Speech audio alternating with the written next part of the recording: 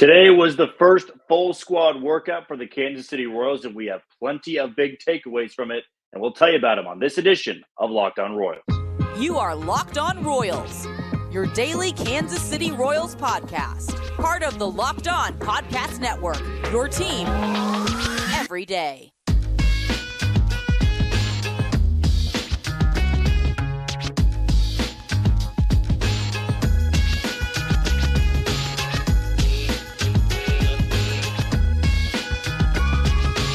Thank you for tuning in to another edition of Locked On Royals on the Locked On Podcast Network. As always, I am your host, Jack Johnson. You can give me a follow on Twitter or X at JohnnyJ_15. That's at JOHNYJ_15. You also can find us on wherever you get your podcasting news. That could be Spotify, Apple Podcast, Amazon Music, Google Podcast, and we are on YouTube. Just be sure to hit that follow button and subscribe. If you're a first-time listener, we always welcome in new listeners here on the podcast. And what a fun week for our new listeners to join, because we are down here in Surprise, Arizona. I've had the chance the last few days to talk with some players, talk with some coaches, just be out there in the environment. Today was the first full squad workout, and I would not have been able to have this opportunity if it wasn't for Sports Radio 810 WHB, who I work for during the day before I give you these podcasts during the evening time down here with Soren Petro. That's been a blast so far. We've had tons of interaction. Just an overall great day. It's endless. We started at 7:30 this morning. I just got back, and it's 5:01 here in Arizona. So I think that is 6 p.m. Back in Kansas City, where, of course, we usually do the podcast from. But it didn't really matter. I don't feel exhausted right now, which is, I guess, a really good thing. But again, working with Sports Radio 810 WHB, I got a show once a week over there where we cover all things sports. I have a show Monday through Friday on ESPN Kansas City. You might have actually heard me today on 810 WHB. I joined the Border Patrol for a little bit, joined the Zone, also joined ESPN Wichita for a couple of segments, and probably look forward to that throughout the rest of the week for as long as we are here. So very excited about that. And you're really surprised every single day. I was surprised with a couple of the takeaways that we did have throughout the day. Now, we were at the complex for a very, very long time. And before I left the complex, we actually had the chance just to, hear a little bit from more coaches. Of course, Ren Petro at the program doing a ton of interviews today. That ranged from interviewing Alex Zumwalt, who was fantastic, Paul Gibson, minor league pitching coordinator.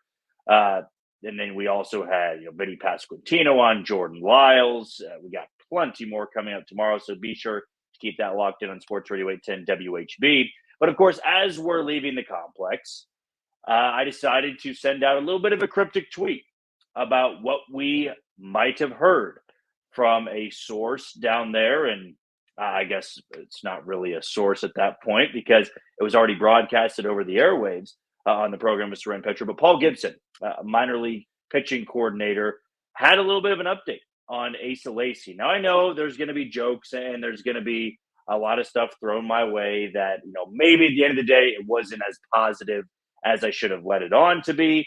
But I would say when you look at it from a grand scope here, you look at it from a bird's eye view, you look at a pitcher who was thrown one time maybe since 2021. I mean, yes, he's a first-round pick.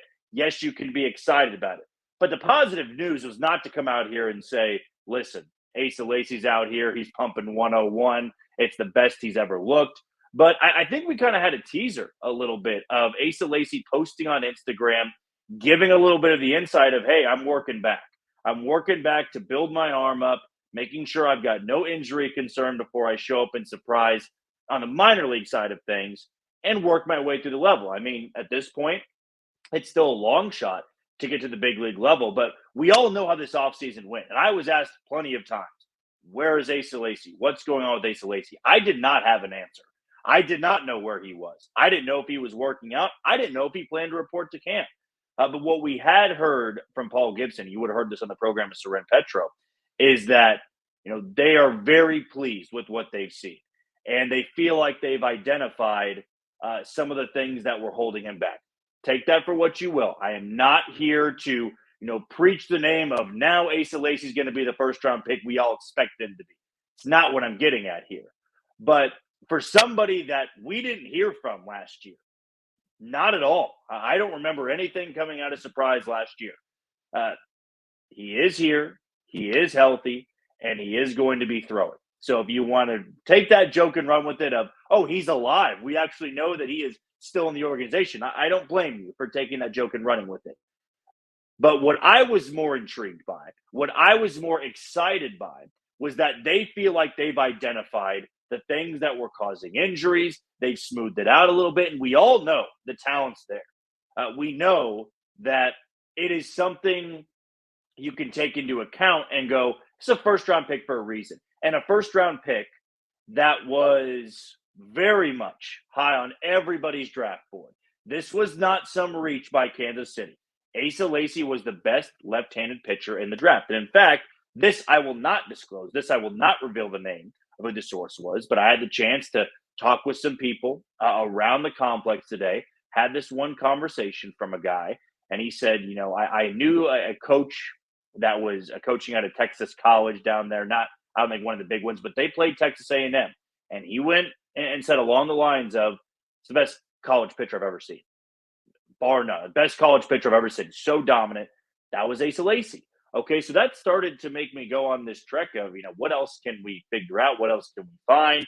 But it's very surface level right now. And that's what absolutely should be hammered in here. I think for a guy like Asa Lacy, who's battled injuries, and I'm sure a mental part of it is concerning. I think that would bug anybody. And bug might be too light of a word. That wears on somebody. First round pick and hasn't really put it together. But there's still time. And I think that any positive news on him, the first things first is, can he get back on the mound? That by far and away should be the step one here. You can't skip 5 to 6 steps. You can't say, well, he wasn't pitching last year. Now all of a sudden he's shown up and he looks like one of the best guys out of camp. From what we've heard is that looks really good so far. Some of the things they wanted to iron out, they are working. It is progressing, and that is a positive thing. That is something you can take. And in this positive offseason that we've seen with the Royals, Asa Lacy's kind of a back dog. He's in the back of your mind. You're not really focusing on it. And, kind of to use this analogy, the minor league fields are at the backside of the complex. You don't really see it that often. So, yeah, back of the mind would make a lot of sense when bringing this up. But I would say it's good for him and it's good for the Royals. The focus right now isn't on him. The focus is on the big league club, who's got a lot of expectation now going into the year. You can kind of put Asa Lacy on the back burner. And then if what they believe is going to work starts working, hey, then you can have that conversation. But the positive thing wasn't to tease you guys into saying, hey, I've got some news that he's going to break camp with the team. It's not what I'm getting at here. But I personally, maybe it's just an opinion. It's a matter of opinion here. I think that can be pretty big news when you have a guy who hasn't thrown since 2021 or 2022. Was it? Did I get those years mixed up? Yeah, I did. 2022 was the last time he pitched. 2023 missed all of the year. I'm not going to go back and edit that out in the beginning. I screwed up the years. You know what I was trying to get at. So 2023 missed all of it. So hasn't pitched since 2022 in a game. And it did not go very well. The command was an issue. And I do think injuries were a big part of it. Big problem with the struggles. And that's, I think, what kind of caught my ear more than anything is when you hear somebody say, we feel like we've identified where the mistakes were, why it was happening. That I'll listen to. And I'll go, if it's injury related, maybe it's a different delivery. It's trying to smooth out the mechanics a little bit. I feel like there is no doubt he's got the swing and miss stuff. He's got that in his arsenal. For me, step one was you got to see him out there. You got to see him on the field. And I got to hear that good things are happening, right? There could have been this, word that spread that, hey, he's here. Oh, he got hurt. Hey, he's here. He's not throwing yet. We're kind of easing it.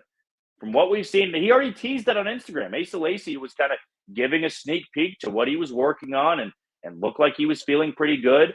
I like it how he can kind of fly under the radar a little bit here. The focus is not going to be on the minor league team for the first part of the season. That happens when your team season goes down the sink. Then you got to start looking to who's the next guy they're going to call up, right? What's the next thing in line? It's not going to be Asa Lacy this year, but it starts to open up the possibility, and a possibility can't open up until he is actually out there on the mound. So not only is he out there and pitching, I know it's going to be the jokes of, oh, he's actually alive. The reports are he's looked pretty good. They've been very pleased with what they've seen on video. And that, to me, is step one in this process. That'll probably be the last time we talk about him for an extended period of time until we get some more game action here. Maybe a chance to see a live bullpen session. But other than that, that's the update I have. That was the positive news. Maybe you didn't like it. Maybe you didn't think it was enough. That's simply what we were told. He is back. He is here. He is healthy. That is important here. He is healthy because we didn't even know what was going on last year, and they like what they've seen on video. So that is something maybe you can take to the bank and start, betting on Asa Lacy again. No, I'm not really saying you should do that, but good for him. I think more than anything, as a human being, you root for guys that try to give another go. They've missed an entire year. Easy to root for.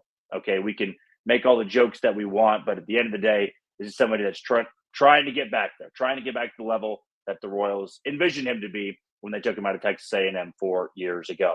Okay, we're going to take our first break of the show. When we come back, I have another takeaway, but this one from the big league team. There was one moment at the complex today that really, had me buzzing, had me feeling good about the season. I'm going to tell you about it next on Locked On Royals. You are tuned into Locked On Royals on the Locked On Podcast Network. I am your host, Jack Johnson. Be sure to give me a follow on Twitter or X at JohnnyJ_15. That's at JOHNYJ_15. Before we go any further, want to give a shout out to one of the title sponsors today in FanDuel. Get buckets with your first bet on FanDuel, America's #1 sportsbook. Because right now, new customers get $150 in bonus bets with any winning $5 bet. That's $150 if your bet wins. Bet on all your favorite NBA players and teams with quick bets, live same-game parlays, exclusive props, and more. Just visit FanDuel.com/lockedon and shoot your shot. FanDuel, official sportsbook partner of the NBA. And as I continue to preach over and over and over again, March Madness is right around the corner.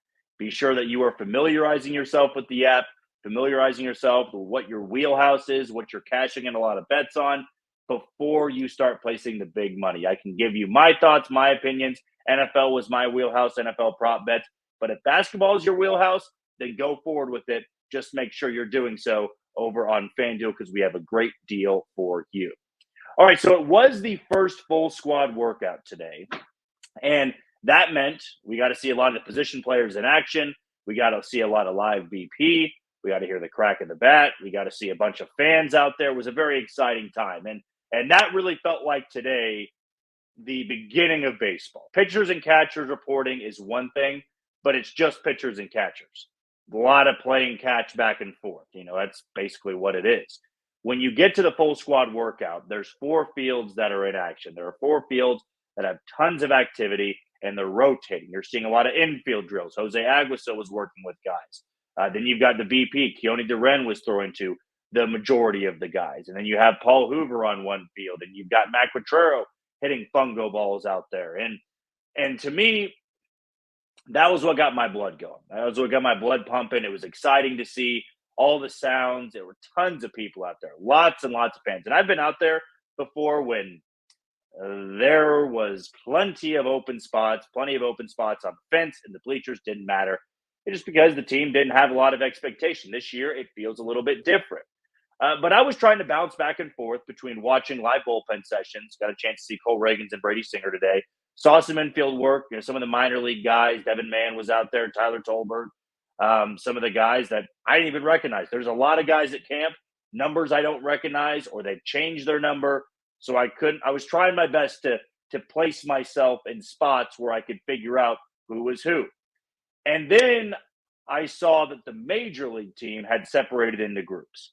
You had the infielders taking BP together, and you had the outfielders taking BP together. So I'm easily finding now who is who. I posted some video out there on my Twitter account at JohnnyJ_15. Freddie Fermin was getting some good hacks in. Salvador Perez was. Bobby Witt Jr. And I stayed around and watched Adam Frazier. I saw Garrett Hampson. I'll tell you this, Michael Massey's swing looks really good right now. It's BP, but dude looks bulked up a little bit. I do expect him to have a pretty strong spring. That's what kind of has been the rumblings around the complex that Maikel Massey should be one of those guys to have a good spring, needs a good spring, if we're being honest, to be the starting second baseman for the Kansas City Royals. But as I'm watching this, as I'm seeing all of this go down, I am just hearing this, car crash collision sound off the bat. Loud, consistently. Bang, bang, bang. And caught my attention. How could it not? I mean, I saw people kind of turning and looking back at the field. I mean, this was a loud sound off the bat. The one that caught the attention of everybody in the complex. So I go, it's probably Salvador Perez. Big dude. He's probably at this point getting back to 100% full swing because first couple rounds of BP, they bunt a few just to get the feel of where the pitches are coming in at. Then there's some oppo swings, really loosen it up a little bit. Then some guys will start swinging hard. They'll start swinging and you'll see the balls fly over the fence. So I'm hearing this and I'm just going, it's got to be Salvador Perez, right? And then I go, well, it's not Salvi. I see Salvi over on this field. Well, it's got to be Nelson Velasquez. I see the outfield group over there. I saw Hunter Renfroe. I saw Kyle Isbell. Wasn't Nelson Velasquez. So I'm like, well, who could that be? Walk over to the fence. It was Maikel Garcia. And before you can react to this, I know what a lot of people are thinking. Well, hold on. Why was Maikel Garcia not hitting with the infielders? Believe me, I thought the same thing. I thought about putting that out there, but really it felt foolish because it's just batting practice groups. I know they can separate you into different positions, but I'm sure it could have come down to outfielders have less guys. We have a lot of infielders. Maikel, you probably want more swings. Go over there and hit with the outfielders. That's kind of what I took it as, more than, I wonder if they're working Maikel Garcia in the outfield, so therefore a spot at third base is opened up. Hey, they can go get Matt Chapman. I'm sure that would have run rampant throughout social media if I put that out there. But I didn't think that was the important thing at hand here. What I was intrigued by was this sound off the bat. I mean, was scalding the ball. And the swing looked so effortless. And there were a couple of them that one-hopped the fence. And yes, I know I've gotten this question too. Does he look bigger? Has he bulked up? And what did catch me off guard, I've seen Maikel Garcia in person a few times. He does look a little bit bigger. He looks a little bit more filled out. Man, he's a tall dude. I'll tell you that. I've been so caught off guard. I consider myself to be an average-sized person, about 5'11", 6 foot. But there are some guys here that really kind of make you take a step back and go, damn, that's a big dude.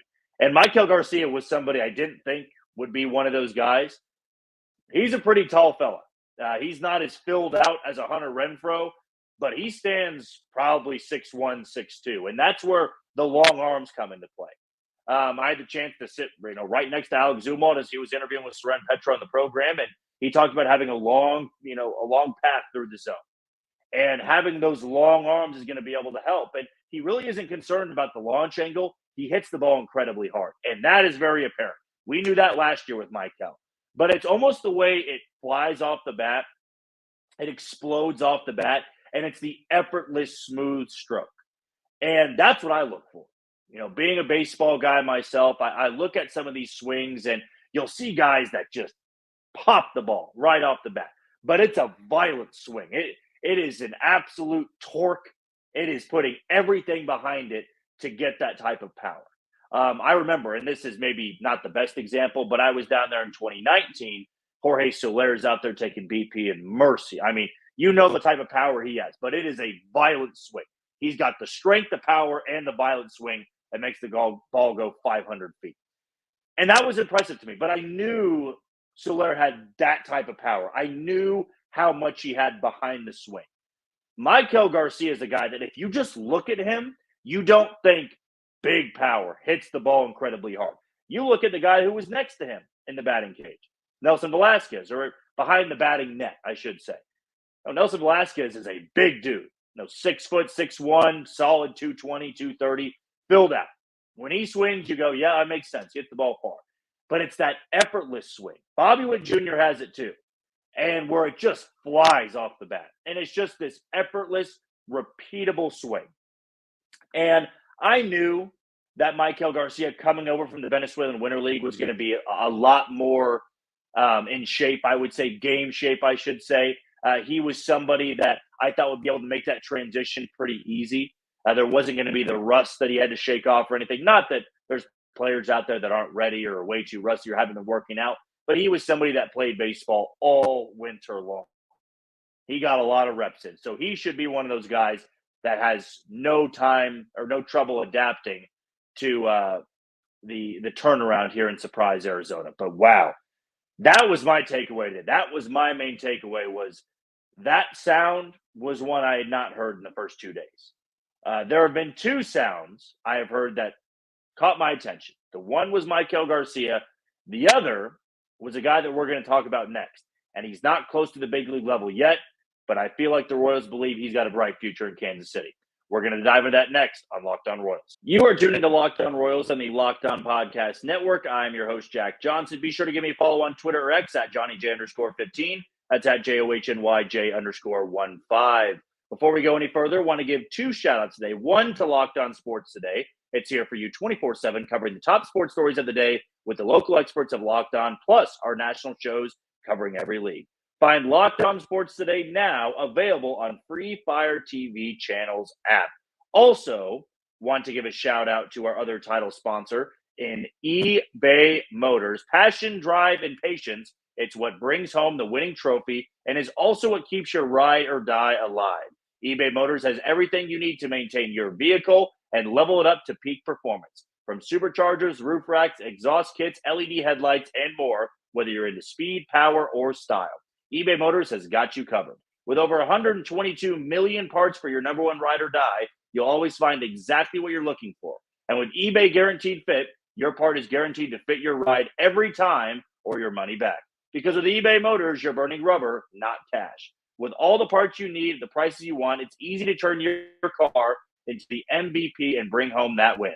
Keep your ride or die alive at ebaymotors.com. Eligible items only. Exclusions apply. So be sure you are taken care of over at ebaymotors.com. Well, the one thing I did want to dive into to close out the show was actually from an interview I had earlier today. And I'm still going to try to figure out a way to make those interviews accessible. They've been played on 810 WHB. They've been played on ESPN Wichita. So there are some ways to listen to them. But in terms of a podcasting platform, I can't really play them on our podcast episodes, but I might try to find a way once I'm back to kind of compile them all and put them in a Spotify or Apple podcast type of format to make it easier to listen to. So that is kind of my goal before too long here. I think that's my best way to describe it. But I did get the chance to talk with Carter Jensen, one of the youngest players down here in Surprise, and he had one of the moments so far of the week that had everybody raving about it. Will Klein was on the bump, flamethrower, likely to be in Kansas City at some point this year, and he is just popping the glove continuously. You know, we talked about Daniel Lynch the other day popping the glove. Will Klein was doing that in live BP, and he's going through a couple different catchers. The catchers were hitting up a certain amount of pitchers. Steven Cruz was a guy that threw the other day. Daniel Lynch was also the other guy that threw. But Tyler Cropley, Logan Porter, Sandy Leon, and Carter Jensen were all getting some swings in. And Will Klein struck him out the first time around. And I asked him about that at bat, and he said, he got me the first time, but on the second time I wanted to make sure I was prepared. And boy, was he prepared. I mean, turned on a 98, 99, might have been 100-mile-an-hour fastball and hit it 450 feet to right center field. I mean, I did not see a ball, and still haven't since that moment, seen a ball fly out of the yard like that in Surprise. I mean, the ball jumped off the bat. And so I had the chance to sit down with him and talk a little bit about this power that he's come into, what he's been trying to work on in the offseason. He was very open about it, very awesome kid, and somebody that's very easy to root for. But what was even more telling than hearing about, coming into this power a little bit, fine-tuning his approach, and becoming a level of consistent that he's going to need at the lower level of the minor leagues. He talked about positions. Now, he brought it up, not me. He went on to say, I know there's been some conspiracy about, me moving from catcher. And I thought, okay, this is probably a good time to ask a follow-up question. But, he said he's been working a lot behind the plate. He wants to show how good of a catcher he can be. He's been working with Salvi. He's been working with Freddie. He's been working with Paul Hoover, guys to better him. But he also said, I have played other positions before in my life. Because I asked him about that. I said, growing up, did you play other spots, or are you open to moving to another spot? Because we all know Blake Mitchell was drafted last year. The Royals right now at the major league level are pretty set at the catching position. Now, Carter Jensen's 20 years old. Blake Mitchell's 18. These guys are a long ways from Kansas City. But it does bring into question, if both those guys are in your future, one of them's got to move. One of these guys is not going to be a backup catcher. And Carter Jensen said, I played corner infield positions. I played corner outfield positions. And he said, selfishly, I feel like I'm athletic enough to play anywhere. And I'll play anywhere the organization wants me. So you have that coachability above all else here. He's not somebody that says, hey, I'm not going to learn that position. I don't want to. I'm a catcher. You drafted me as a catcher. I've been working really hard at it. I'm not going to go learn how to play another position. But it is going to bring into question who the Royals want behind the plate. I mean, you take Blake Mitchell in the first round. You got to imagine at 18, you love his defensive abilities. You love his arm. He's probably going to stick at catcher. And Carter Jensen has a really good bat. He's got a lot of power. I've seen it now firsthand. And is he somebody that you can slide around a little bit? He's maybe an outfielder. Maybe he's a right fielder in the future. I mean, MJ Melendez was a catcher all through the minor league level. Then they had to bump him to the outfield. Is he a third baseman? Carter Jensen's got the arm. I think he's an athletic kid. I think he could make that transition. He also could play a little bit of first base. And being that open, being that flexible is going to make him go a long way at the minor league level. Because if you are blocked and you are stuck to one position and you can't adapt to another position, it's going to be hard to make your call to the big leagues. And now, if he shines defensively better than Blake Mitchell, well, then there's your answer. Blake Mitchell's the one that's got to move. And that's already been discussed a little bit among social media. He's a catcher, but he's another athletic kid. Can he play an outfield spot? Can he play an infield spot? You love the arm, but that can translate a lot of different areas. So we'll see with Carter Jensen, but I think he's a kid that's very easy to root for. It's hard to be 20 years old in a big league camp where there's a bunch of grown men out there, 34, 35 years old. He's working with an icon of the franchise, in Salvador Perez. So to me, this is a guy that's just really got his work cut out for him, but he is shining in a big way, and it's cool to watch. He had everybody buzzing about his shot that he had over the right center field fence the other day. Well, that's going to do it for another edition of Locked On Royals on the Locked On Podcast Network. I've been your host, Jack Johnson. Always be sure to give me a follow on Twitter at JohnnyJ_15. Before we say goodbye, one last shout out to Locked On Sports Today. It's here for you 24/7, covering the top sports stories of the day with the local experts of Locked On, plus our national shows covering every league. Find Locked On Sports Today now available on the free Fire TV channels app. Tomorrow, probably going to have even more takeaways from Surprise, more interviews to talk about, and plenty of more video that you can find on my Twitter or X account. But until then, you take it easy, Kansas City.